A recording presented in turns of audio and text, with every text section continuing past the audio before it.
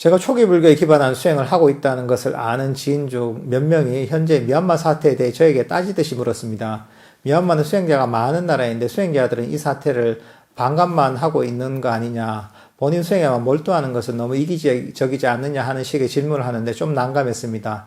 이 문제에 대해서 스님의 고견을 듣고자 합니다.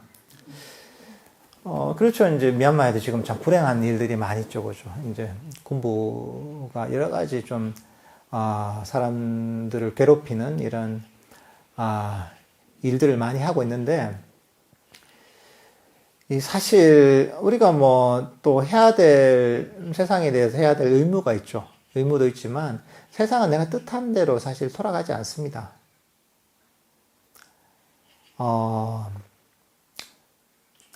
물론 이제 내가 뭐 사회적으로 살면서 해야 될 의무는 있죠.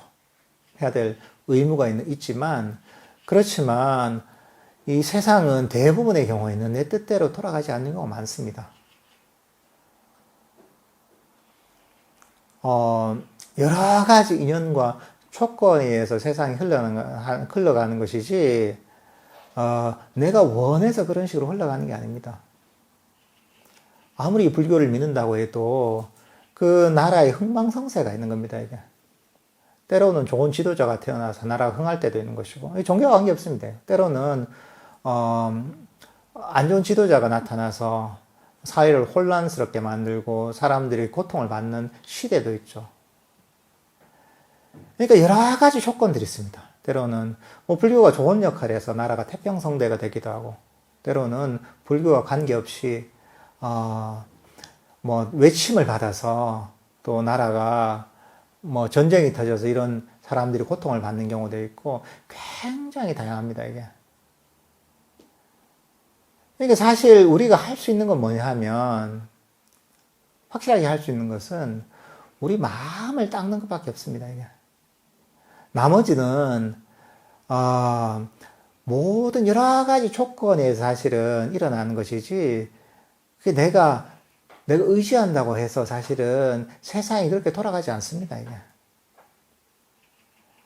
이제 그렇기 때문에 어떻게 보면 부처님께서 이런 가르침을 주신 것도 있죠. 내 몸과 내 마음도 내 뜻대로 되지 않잖아요, 그죠? 사람들은 건강하고자 하지만 병이 나고 늙고 병들고 죽습니다. 사람들은 내 마음이 괴롭지 않고 편없길 원하지만 그 뜻대로 안 됩니다, 그죠? 내 마음도 내 뜻대로 안 되고 내 몸도 내 뜻대로 안 되는데, 어떻게 다른 사람들이 내 뜻대로 되겠습니까? 어떻게 나라가 내 뜻대로 되겠습니까? 세상이 내 뜻대로 되겠습니까? 있을 수가 없습니다, 이거는.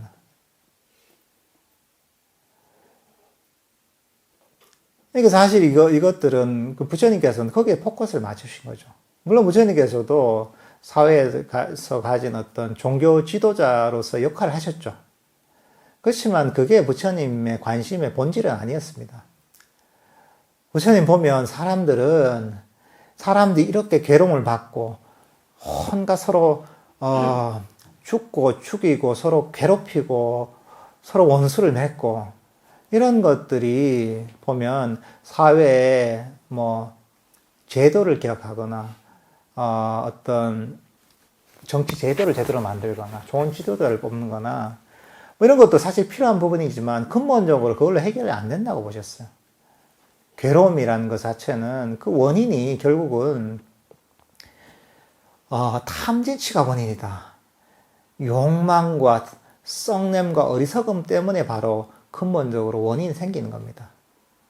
사람들이 어리석기 때문에 사람들을 괴롭히고 악행을 하는 것이고, 어리석기 때문에 스스로 괴로움을 일으킨다고 보신 겁니다. 부처님께서는 근본적으로는 이 괴로움에서 완전히 벗어나는 새로운 길을 가르친 겁니다. 사람들은 밖을 향해서 밖에 뭔가를 고쳐서 좀 더 행복하게 살고자 하죠. 뭐 이것도 의미가 있습니다. 근데 부처님께서는 그건 아주 일시적인 것에 불과하다. 근본적인 치료책이 되지 못한다. 근본적인 치료책은 바로 이 탐진치를 버리는 것. 그래서 이 윤회 이름을 거슬러 가서 해탈하는 것이 바로 궁극적으로 괴로움에서 벗어나는 길이다라고 보셨던 거죠. 그러니까 사실 우리가 이 현재 그 사회에서 요구하는 종교의 역할하고 부처님께서 그 근본적으로 가르치는 그 길하고는 사실 많이 다릅니다. 지금 뭐 남방이 됐든 우리나라가 됐든 북방이 됐든 다들 뭐 종교 종단이 그 불교 종단이 있으면 나름대로 사회적 역할을 다 합니다. 왜냐하면 그게 그 해야 될 사회 하나의 이제 단체로서 해야 될 역할인 거죠. 그렇지만 이게 이 불교라는 가르침이 궁극적으로 지향하는 바는 그거하고는 조금 다릅니다.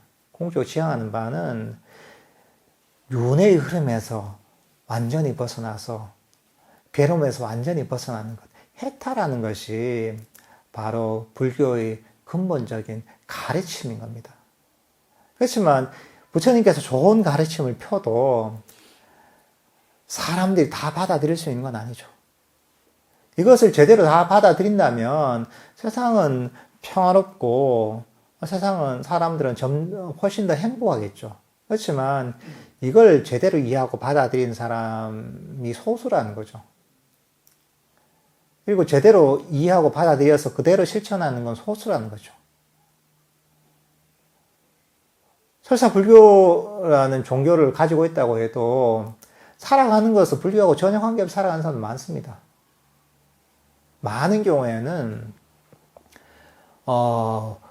불교나 기독교나 별 차이가 없이 믿는 사람도 많습니다. 불교에서 부처님은 뭐 예수님이나 다름없는 존재, 하나님이나 다름없는 존재로 생각하는 경우가 많습니다. 그렇게 불교를 신앙하는 거죠.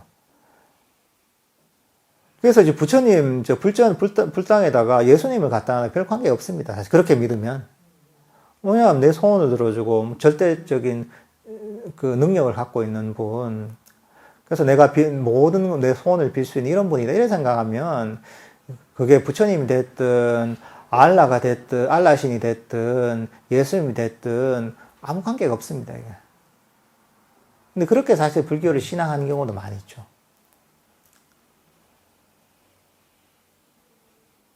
이제 그렇지만 근본적인 불교의 가르침은 그렇지 않다는 거죠. 부처님이라고 해서 모든 걸 해결할 수는 없습니다. 보통 사람하고는 다르긴 하지만 부처님께서 가르치셨던 핵심은 이렇게 해서 좋은 사회를 만들자, 이렇게 해서 좋은 정치 체제를 만들자, 이게 핵심이 아니었습니다. 그런 가르침이 없는 건 아니지만 그건 핵심은 아니었죠. 핵심은 바로 이 팔정도의 실천을 통해서 궁극적으로 괴로움에서 벗어나는 것. 이게 바로 부처님께서 가르치신 가르침의 핵심인 거죠, 이게. 명상하시는 분들 단톡방을 만들어 매일 명상 후에 30분 명상했다는 인증글을 올리면 어떤지요? 아직 끈기가 부족해서 도반들의 수행이 도움이 될 것 같아요. 어쨌든 여러 가지 방법이 있죠. 여러분들이 도반이 있는 건 굉장히 큰 도움이 됩니다. 그게 누가 됐든 가까이 있는 가족이 됐든 또는 친구가 됐든 같이 명상하는 도반이 있으면 이 도반들과 법담을 하는 게 굉장히 도움이 됩니다. 그래서 부처님께서도 도반의 수행이 전부 다 이런 얘기까지 하십니다. 왜냐하면 우리가 명상을 하는 게 좌선을 하고 있거나 걷기 명상을 하는 것만 해도 명상이 아닙니다, 이게. 거기에 관심을 가지는 게 명상입니다. 법문을 듣잖아요? 들으면서 내가 관심을 가지고 뭔가 법에 대한 이해를 높인다. 이것도 사실은 시혜를 일으키는 명상법입니다. 명상의 시간입니다. 도반들과 얘기하면서, 법에 대해서 얘기하면서 법에 대해서 좀 더 이해하게 되는 것도 사실은 나의 지혜를 일으키는 명상입니다, 사실 이게. 그런데 관심을 가지면서 좀 더 내가 이 불교에 대한 이해를 깊게 만들고 더 관심을 갖게 만드는 거죠. 그러니까 이제 도반들과 여러 방법을 활용해서 법담을 나누는 것, 그 법에 대한 이해를 서로 공유하는 것들은 사실 명상을 하는데 굉장히 큰 도움이 됩니다. 예. 석가족이 멸망하려는 것을 3번 막아보고 더 이상 개입하지 않으셨습니다. 왜 그러셨을까요? 부처님께서도 가능한 것도 있고 불가능한 것도 있습니다. 때로는 그게 부처님 지혜 중에 한 가지거든요. 가능한 것과 불가능한 것을 아는 것. 때로는 내가 이런 나름의 노력을 해서 뭔가 안 좋은 상황들을 개선시킬 수 있는, 사람들을 교화시킬 수 있는 그런 상황이 있고, 때로는 안 될 때가 있습니다. 부처님이 보면, 경전에 보면 대단한, 보기에도 거룩해 보이고, 가르침도 뛰어나고, 지혜도 최고의 지혜를 가지고 있고, 신통도 갖고 있는데도 불구하고, 부처님을 보고, 믿음이 안 간다, 이렇게 여겼던 사람들도 제법 있거든요. 마찬가지로 여기도 보면, 사실, 석가족, 부처님의 어떤 그 종족들이 보면, 외침을 받아서 멸망을 하거든요. 이때도 보면 부처님께서 처음에 막으려고 했는데 결국 막지 못하셨어요. 그 이유가 뭐냐 하면, 이거는 이 인연 따라 받아야 될 업인 거죠, 이게. 그러니까 받아야 될 업은 받을 수밖에 없는 겁니다. 이게, 피할 수가 있는 것이 있고, 때로는 피할 수 없는 것도 있는 겁니다, 이게. 그러니까 부처님께서 그런 것들을 아시는 거죠. 그러니까 부처님께서 전지전능한 분은 아닙니다. 보통 사람하고는 완전히 다르긴 하지만, 대단한 능력을 많이 갖고 있지만, 절대자 이런 분은 아닙니다. 사실, 부처님께서 정말 뛰어났던 부분은 뭐냐면, 누구도 가르쳐 주지 못했던, 누구도, 길을 제시해 주지 못했던, 궁극적으로 이 윤회의 괴로움에서 벗어나는 길을 가르쳐 주신 겁니다. 사실 이게 정말 위대한 겁니다.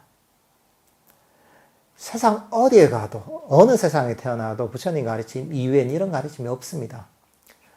지금 얼마나 똑똑한 사람들이 많이 태어났습니까, 지금까지? 얼마나 위대한 철학자, 사상가, 학자들, 현인들이 태어났습니까? 그렇지만, 부처님의 가르침을 배운 그런 분들 이외에 그 누구도 이 윤회의 괴로움을 근본적으로 벗어나는 길을 가르쳐 준 사람 한 사람도 없습니다. 너무나 대단한 겁니다, 이게. 그러니까 그렇게 이해하면 될 것 같습니다.